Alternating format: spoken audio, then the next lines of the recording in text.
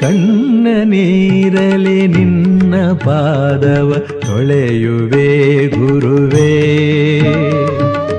ಭಕ್ತಿಯೆಂಬ ಹೃದಯ ಪುಷ್ಪದೆ ಅರ್ಚಿಸುವೆ ಪ್ರಭುವೇ.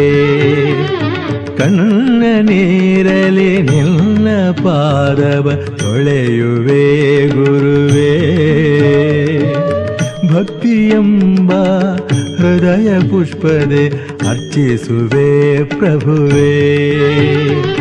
ಪಾಪದ ಹೊರೆ ಹೊತ್ತು ಬಂದೆ ನಿನ್ನ ಸನ್ನಿಧಿಗೆ.